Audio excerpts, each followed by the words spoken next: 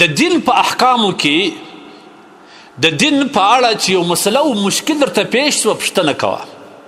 په پوښتنه باندې مه شرمېږه. جهالت په چارو کې ځان مه اچوه.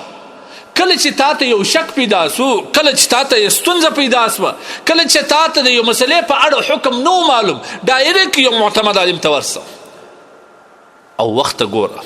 د هغه عالم خیال وساته. په هر وخت کې ټلیفون ورته وکړي پر 12 بجې مولوي صاحب دا مسله راپېښ شوه یاد کړه. ځان محتاج وبوله، علماو قدر وکړه، هلته ورسه، هلته پوښتنه ځینې وکړه. زموږ په معاشره کې که دیني اړخ باندې وي، که معاشرتي اړخ باندې وي، که په هر اړخ کم مشکلات موږ لرو او څونه مشکلات موږ لرو که نه، د دې ټوله وجه د جهالت و ناپوهي دی چې موږ پوښتنې نه کوو. کاروبار کې په کلو حرام معامله رواني، موږ پوښتنه نه کړې. د هغه معامله په دغه طرز باندې په دغومره منافعو ګټه باندې چې لږ د عالم څخه پوښتنه وکړي، هغه یو تر قدر برابر کړي، به دې د هغه ګټې، به دې منافع حلالوي. لیکن موږ پوښتنه نه کوو. څومره کاروبار، څومره معاملې زموږ د پاسې دي روانې دي. په لمانځه کې، په عباداتو کې، په روژو کې، په حج کې زموږ څومره دا ته ورسې د حج ته خاص کر زموږ پښتانه وګوره. یو خدا دی چې په 70 او په 80 کلو کې، په 80 کلو کې دی ځي حج ته، چې ولاړ سي بیا هلته څنګه لکه پر سترګو چې لاس ورنیولی. وجه څه ده؟ موږ د خپل دین په اړه پلټنه او معلومات نه کوو. که یو مولوي صاحب موږ ته د سهار د لمانځه وروسته یا په یو بل وخت کې د ماخستن یا د مازدیګر د لمانځه وروسته مسلې وایي، پر هر یوه باندې بوجي، دا څه کوي؟ لیکن پر دغه مولوي صاحب د مسایلو نه وروسته زه په ګانټو دا فیسبوک ګورم، موږ باندې نه بوجېږي. دا ټیک ټاک موږ ګورو، نه راباندې بوجېږي. دا پالتو مجلسونه پر موږ نه بوجېږي. لیکن د دین یوه مسله، د دین یو حکم تشریح کول، هغه په غور باندې اورېدل، دې ته موږ تیار نه یو. وجه دا ده چې موږ ورځ تر بلې مخ پر ضلالت روان یو او پر تباهي او په مشکلاتو کې موږ یو. کوم اول دا لمونځ راواخه. زما او ستا په معاشره کې د 80 کال سپین ږیري سته، د 50 کال سپین ږیري سته. ته هغه سپین ږیري ته وایي چې په دا 50 کال کې ستا په لمانځه کې پر تا سجده سهو کړې ده؟ ستا څه خیال دی؟ ده به سجده سهو نه یې اوښتې؟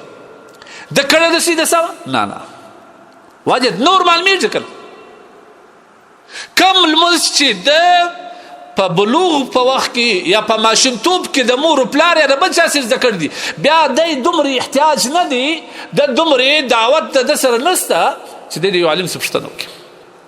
دی دا سوچ نه لري، دا فکر نه لري چې دا لمونځ کوم. اوله پوښتنه زما څخه په قبر کې د دې لمانځه کې دا سم دی که نه دی؟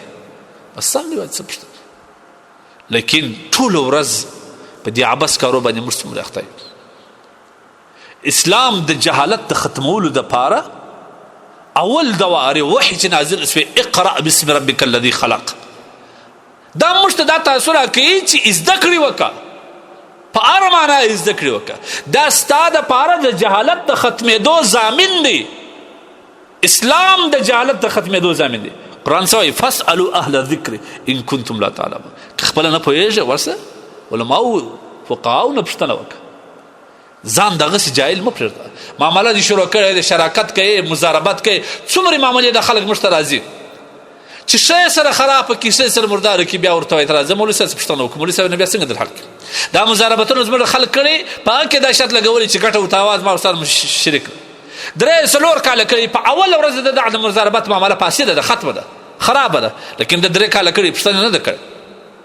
شراکتونه د غره کم راواخه، معاملې د غره کم راواخه، عبادات د غره کم راواخه، معاشرت و ژوند د میرمن سره ژوند، د مور و پلار سره ژوند، د ورونو سره ګډ ژوند، د یتیمانو سره ګډ ژوند، دا نور دا ګرده زمره تباه دي. موږ یو پوښتنه نه کوو. په کور کې 3-4 یتیمان اوسېږي، لیکن دی اوس هم هغه رقم خلکو ته دعوتونه خرچي و مېلمستیاوې کوي. دا نه وایي چې دغه الله ما ته څه وایي د ماشوم د حق په باره کې، زه دونې اختیار لرم که نه؟ پوښتنه نشته. د خدای خاطر وکړئ، دا علماو سره رابطه جوړه کړئ، د دې پوښتنې وکړئ. ځان په جهالت کې مه پرېږدم. دا د کښتګري مسایل دي، څومره فاسد کښتګرونه موږ کوو. کله تخم په شراکت یې، کله څنګه، دا پوښتنه موږ نه کوو چې څه په اخر راسره فساد سي، بیا نو راځه وایي مولوي صاحب یو دا لپټا ته به ورڅخه خلاص وکړو. نو موږ په کار دا ده اسلام موږ زده کړو، پوښتنې وکړو، علماو څه پوښتنې وکړو، د خپل د ژوند په اړه دومره علم چې ستا د ژوند مسایل حل سي. دا پر تا فرض دی، دا به ته کوې که نه؟ خامخا به کوي لیکن موږ نه کوو. دا په سراپي کې کوم مشکلات موږ لرو، په بینکینګ کې کوم مشکلات موږ لرو، په معاشره کې دغه د خپل مېرمن سره چې کوم موږ ژوند کوو، په کوم الفاظ باندې موږ مېرمن ته وایو، په کوم الفاظ باندې قاسمیږي، په کوم خرابېږي. دغه ګډ ژوند چې زه کوم، معاشرتي ژوند کوم، د خپل مېرمن سره ژوند کوم، دغه د غسل طریقه باید زه څنګه وکړم؟ زما دپاره د غسل فرایض څه دي؟ زما د مېرمنې دپاره څه دي؟ دا موږ نه پوښتنه نه لرو. ځکه نبي علیه الصلاة والسلام وایي حسن السؤال نصف العلم. په ښه وضاحت توګه پوښتنه کول دا خپله نیم علم دی. نیم علم به تا ته مولوي صاحب در جواب کې خبره به حل سي، مشکل به حل سي. صحابه کرامو چې به محض یو شک ور پیدا سو، که صحابیه و که صحابي و، د الله د رسول صلی الله علیه وسلم پر بیزانه رسوي او پوښتنه به کول. موږ شرمېږو. اوس لا الحمدلله دا ذرایع ورته غصبې علماو د لپتات خلاصې کړ، څوک ورسي. لیکن چې څومره حاجت و پښتونه ته دي د هغه په سل کې 10% هم پښتنې نه دي سوي. خلک ځان بس پوره بولي، د دین ځان پوره بولي. ځکه د غټو مشکلات سره موږ مخامخ یو او ورځ سره بلې به کېږو. د خدای په خاطر د خپل مشکلات د پښتنو د لرې حل کړئ. قرآن موږ ته دا حکم کوي فاسألو، پښتنې وکئ. که خپله نه پوهېږئ چا څه وپوښته که نه، د خپل مشکل دی حل کړه، د خپل شک و تردد دی وباسه، په هر اړه چې کوم مشکل لري هغه لرې ختم یې کړه.